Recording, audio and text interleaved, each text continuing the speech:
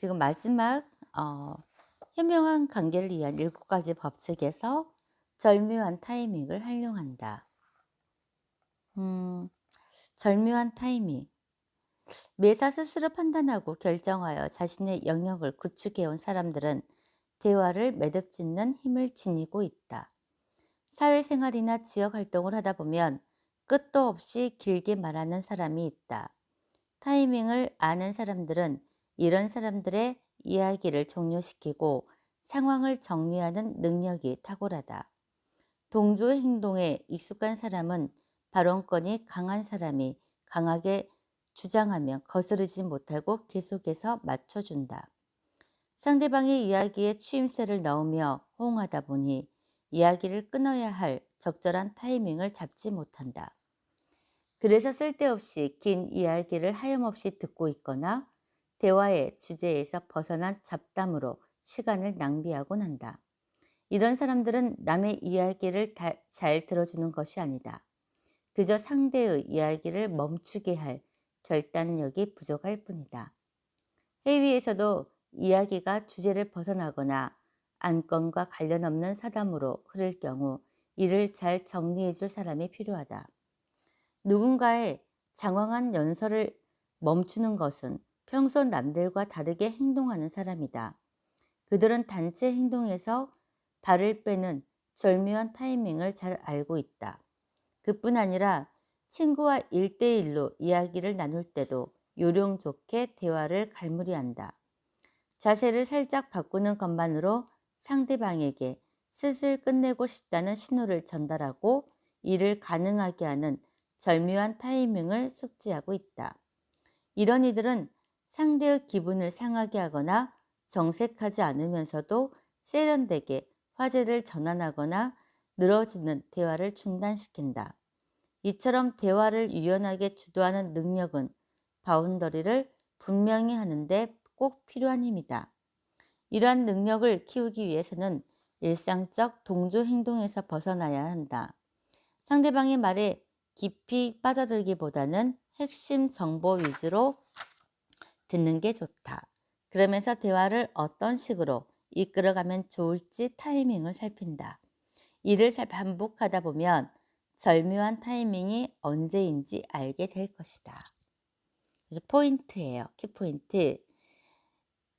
두 번째 장의 키포인트는 7가지 법칙만 알아도 좋은 사람들이 저절로 다가온다. 관계 지도. 네. 자기 연출력이 뛰어나고 은근한 신비주의를 유지하고 의외의 매력으로 놀라움을 선사하고 긴장감 효과를 이용하고 선택적 단호함을 보여주며 스마트한 결정력으로 주도권을 쥐고 절묘한 타이밍을 활용하는 것. 이게 두 번째 장의 키포인트입니다. 7가지 법칙만 알면 저절로 좋은 사람이 다가온다. 제 3장이에요. 품격이 커지는 말투와 몸짓의 기술. 품격이 커지는. 오해하지 않고 오해받지 않는 GFER 대화법. 품격 있는 대화는요, 가장 기본적인 게 최대한 간결하게 말하는 게 품격이라고 합니다. 품격 있는 대화의 기본은 최대한 간결에 있대요. 그래서 어느 정도 정제된 언어 습관이 필요하대요. 저는 이걸 잘 못하는데. 그래서 거창하게 말하면 내 속에 있는 세계와 상대방은 내 속에 있는 세계의 교류라고 할 수가 있는데 대화가 상대방의 뇌 속에 뒤죽박죽되면은 어느새 내 뇌도 그의 동조에서 뒤죽박죽이 된대요. 이게 사고 감염이라고 합니다. 사고 감염. 요즘에 코로나 너무나 지금 이것 때문에 큰 문제가 되고 있죠, 국가적으로. 근데 이것처럼 감염되는 것도 상대가 상대의 뇌가 뒤죽박죽이면 뇌도 감염이 돼서 이 사고 능력 이것도 감염이 된다고 하니까 이거를 조금 방지하는 거 GFER 대화법이 있는데 이게 뭐냐면 음 나를 지키는 말하기 기술이에요. 나를 지키는 말하기 기술. G goal 목표예요. 목표. 그러니까 상대하고 내가 어떤 대화를 이뤄 나갈 때 제일 먼저 내가 상대에게 어떤 주제 말하는 것에 대해서 주제를 확실하게 그려보는 거예요. 먼저 대화의 목표를 그려본다. goal 목표. GOAL goal. 그래서 G. 두 번째는 되도록 사실을 묘사하면서 말한다. 사실 팩트. 팩트. 세 번째가 그다음 그 사실에 동반하는 자신의 감정을 말로 표현한다. 그러니까 그 사실을 동반해서 자신의 감정, 어, emotion, 감정, emotion, 감정, 감정. 네, 그리고 요청. 네 번째가 필요한 경우 협력을 요청하는 말을 덧붙인다. request, request, 요청. request. 그래서 앞글자를 따서 goal, 목표, fact, 사실, F, emotion, 감정, 그 다음에 request, 요청. 이게 나를 지키는 말하기 기술의 핵심 포인트라는 거죠. 음,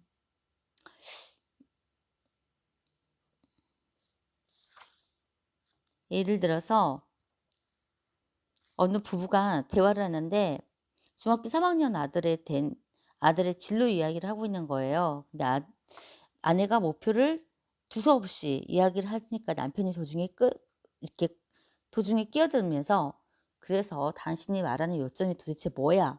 라고 말하니까 근데 아내는 인제 요점보다는 그저 이렇게 속상한 마음 이런 거를 같이 공유하고자 이야기를 들어 달라는 것뿐인데 요점을 말을 하라고 하니까 갑자기 말문이 탁 막히는 거 있죠. 그러니까 남편이 인제 이때다 싶어서 막 다그치는 거예요. 그러니까 여차여차해서 이렇단 말이지.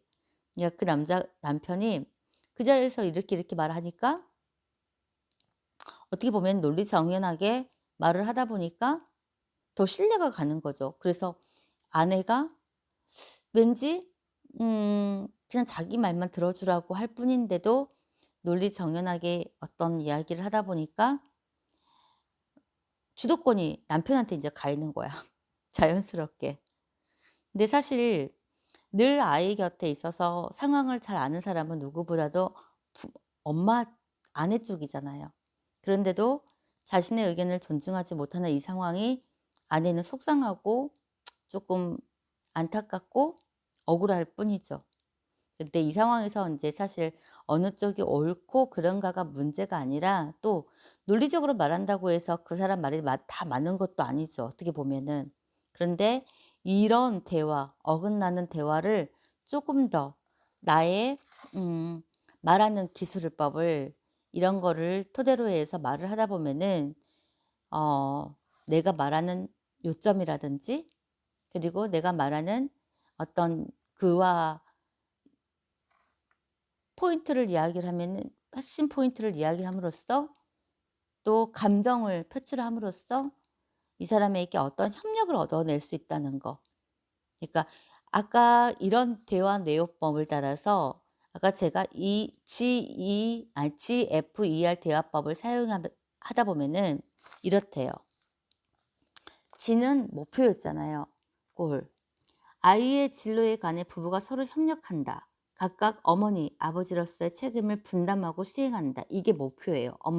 그러니까 엄마가 아내가 남편에게 이야기하고 싶었던 이런 내용은 그게 목표였단 말이에요.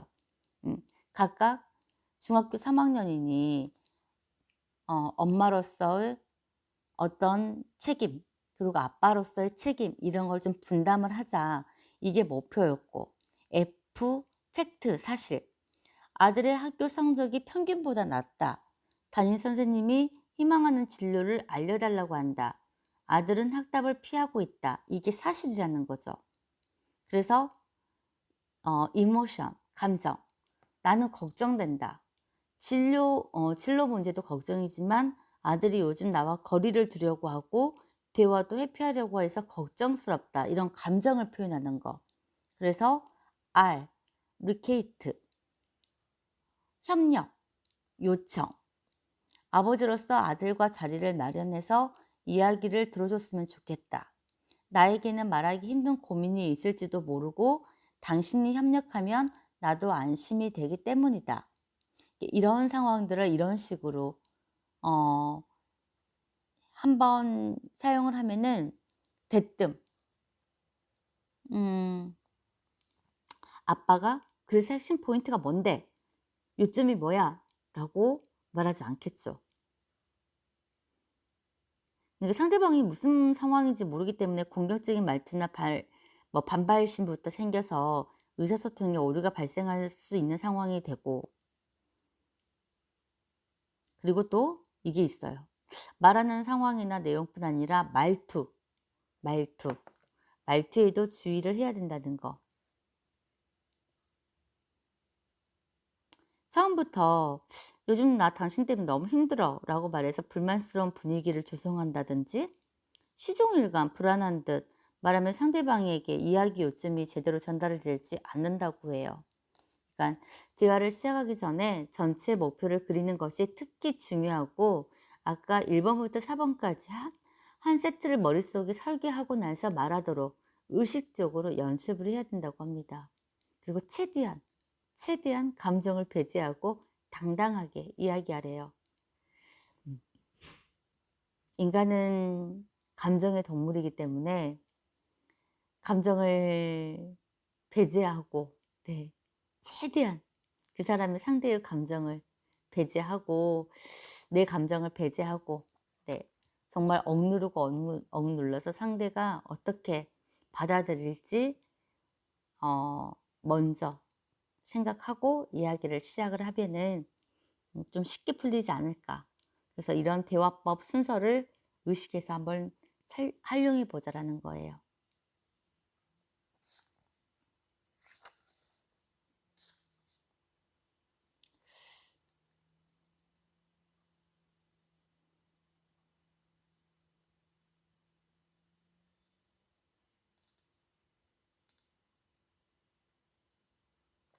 삼회 법칙 활용하기. 대화에서 자신의 주장을 정확하게 전달하려면 3회 법칙을 활용하라. 생각을 3개의 키워드로 정리해서 말하거나 보기를 3개로 추려서 제시하는 것이다. 조언을 구할 때도 이 셋 중에서 어느 걸 골라야 할까 하고 3가지 선택지를 순서대로 말한다. 둘은 조금 부족하고 넷은 기억하기 어렵지만 셋은 왠지 균형감 있고 적절하게 느껴진다.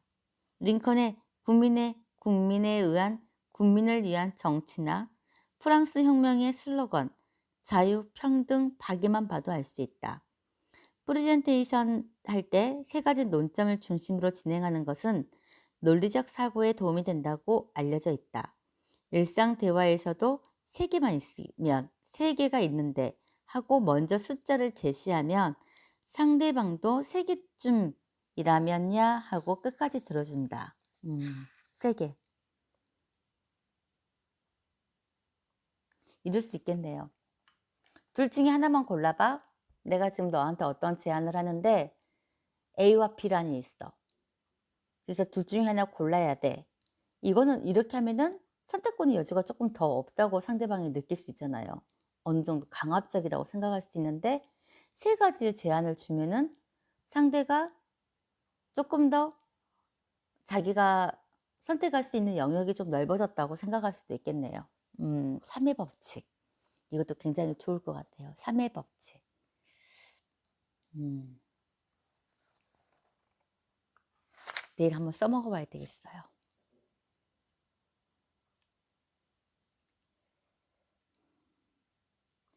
투머치 토커 다루는 법. 투머치 토커. 이거는 말을 많이 하거나 길게 말하는 사람에 대처하는 방법인데 한 번 주위에 이렇게 입을 열면은 도무지 말을 멈추지 않아서 주변 사람을 지치게 만드는 이가 한 명 정도 있겠죠. 여러분들 주위에도. 근데 이런 사람들을 투머치 토커라고 부른대요. 그러니까 투머치 토커. 쓸데없는 말을 많이 하는 사람의 영어식 표현인데 투머치 토커. 이제 인제 그 대부분 이런 사람들이 스트레스를 해소하는 수단 방법이래요. 누군가가 자신의 이야기를 들어준다는 것에 어떤 자기 수용감을 느끼고 근데 인제 길게 말하는 사람과 듣는 걸 좋아하는 사람이 어떤 인제 합의한 상황이 된다고 한다면 아무런 문제가 없겠지만은 한쪽이 일방적으로 말하면은 계속적으로 다른 한쪽은 억지로 그거를 들을 수도 있고 또 계속 듣다 보면은 또 그게 거부감이 느껴질 수 있는 상황이 될 수도 있잖아요. 그럴 때, 그럴 때 어떻게 해야 되는지. 음 이럴 때는 "응 그래." 맞장구 함정인데 이야기를 들을 때 그래. 맞아, 맞아. 그랬구나." 하고 호응하는 것을 맞장구라고 한다. 맞장구는 분위기를 고조시켜 이야기를 더 끌어내는 효과가 있다. 근데 반대로 말하면 맞장구를 교묘하게 이용하면은 그 긴 이야기 리듬을 깰 수가 있대요. 그래." 하고 박자감 있게 맞장구를 치다가 중요한 곳에서 아무 반응도 하지 않는다. 또는 "아 그렇구나. 아 그러네." 하면서 호의적인 반응을 보이다가 갑자기 "그래?" 하면서 의문형으로 반응한 것이다. 의문형 반응은 상대의 말을 동의할 수 없다는 뜻을 내비쳐 이야기 흐름을 끊는 역할도 한대요. 그런데도 불구하고 이야기가 계속된다면 이거는 이제 비장의 듣는 기술인데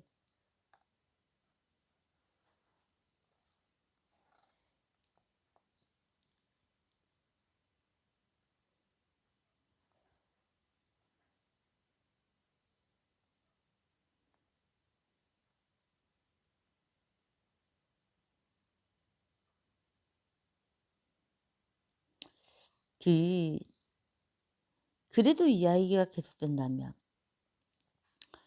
인제 상대방의 이야기가 10분 이상으로 이어질 것으로 예상이 될 때 나의 호흡에 의식을 집중을 한대요. 침착하게 이야기를 들으면서 들이쉬고 내쉬고 들이쉬고 내쉬고를 반복한다. 의식을 가다듬고 하며 호흡에 파동을 맞춰 나간다. 그렇게 하면은 신기하게도 상대방의 이야기에서 중요한 부분만 똑똑히 들린다고 해요. 그래서 어 어느 정도의 집중력을 또 유지시킬 수도 있고 네.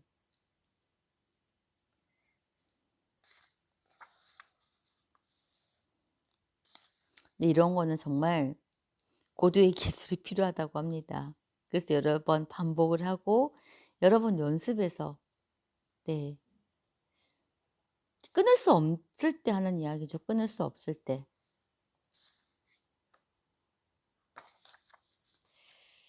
음.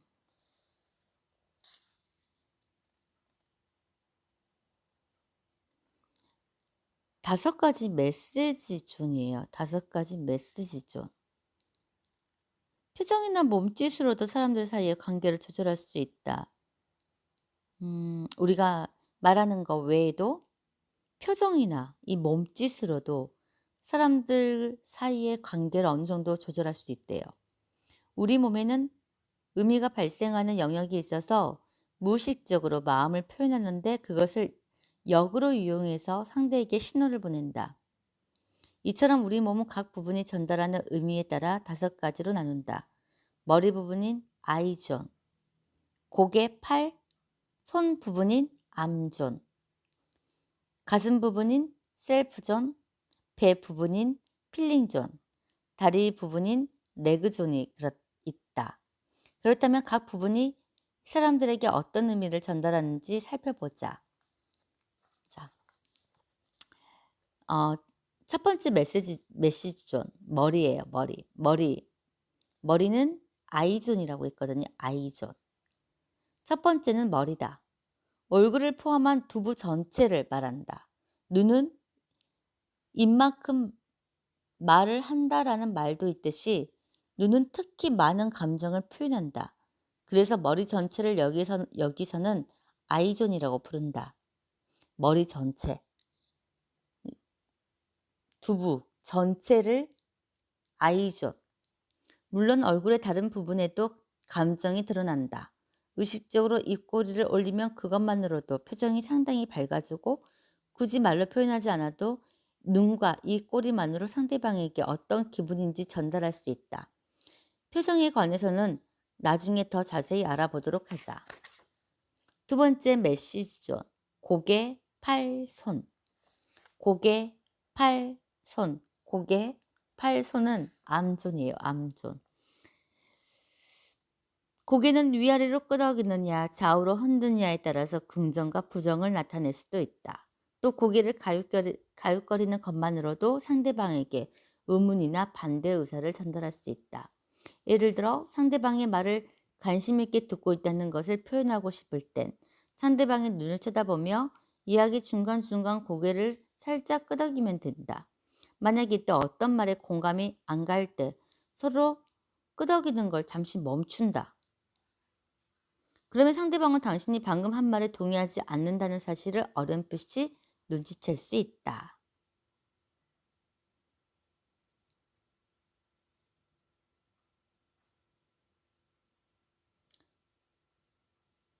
그리고 우수한 강사는 손을 잘 사용한다는 말이 있다. 몸짓과 손짓에는 언어 이상의 전달력이 있다는 뜻으로 이를 비언어적 커뮤니케이션이라고 한다. 손과 팔을 사용하는 능력이 커뮤니케이션의 성공과 실패를 좌우한다고 해도 과언이 아니다. 이것은 암존이라고 부른다. 그래서 그 강의를 하실 때 정말 이 손동작이 크신 분들이 있어요. 그런 분들은 그분이 왠지 강의도 잘하시는 것 같고 같은 내용이라 하더라도 저희한테 조금 전달하는 게 좀 빠르거든요. 팩트도 있는 것 같고 강하게 느껴지고. 근데 가만히 서 가지고 저 같은 스타일이에요. 저는 이게 표현력이 조금 없어 가지고 이게 좀 많이 부족한데 이런 표현력 이걸 좀 잘해야 될 것 같아요. 이게 성공과 실패를 커뮤니케이션에 어떤 성공과 실패를 좌우한다는 것 해도 과언이 아니다. 이게 암존. 제가 지금 이 부분을 읽었을 때 가장 필요로 하는 거. 네. 가만히 부동자세로 저는 이렇게 말을 하는 스타일이고 근데 이건 있어요.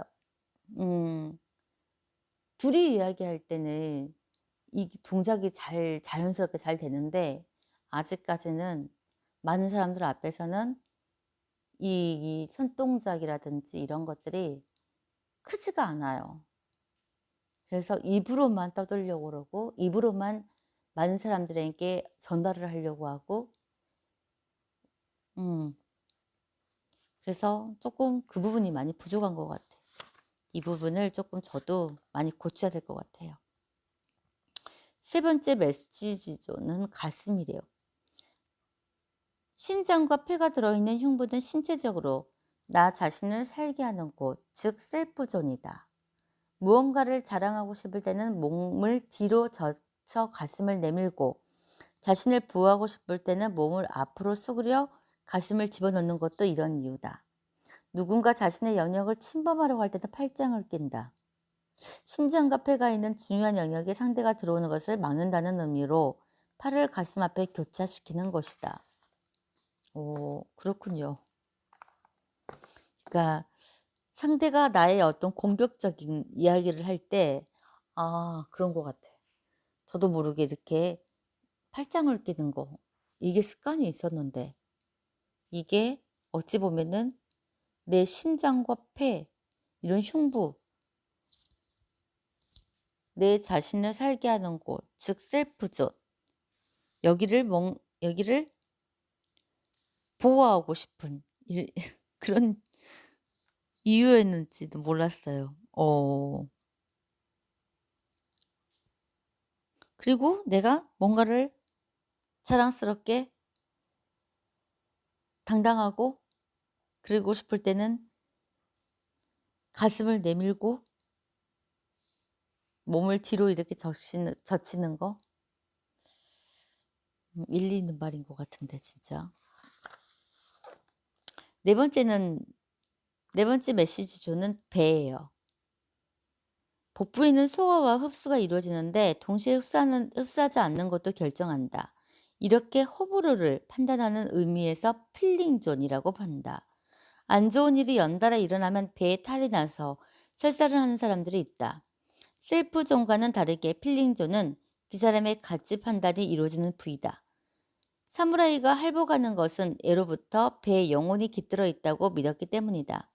지금도 당당하고 자신 있게 행동하는 사람을 두고 배심이 좋다고 한다. 배심, 필링존. 음.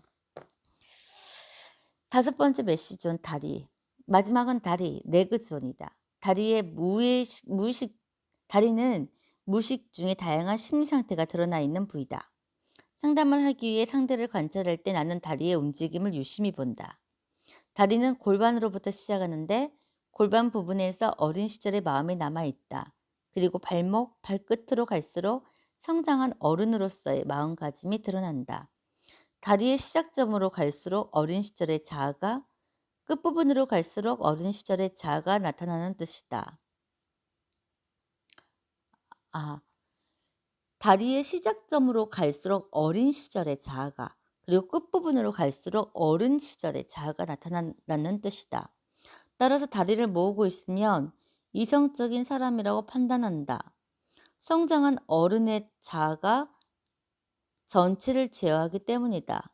반대로 다리를 벌리고 있는 사람은 어린 시절의 자아가 우세함으로 동심이 살아있다고 본다.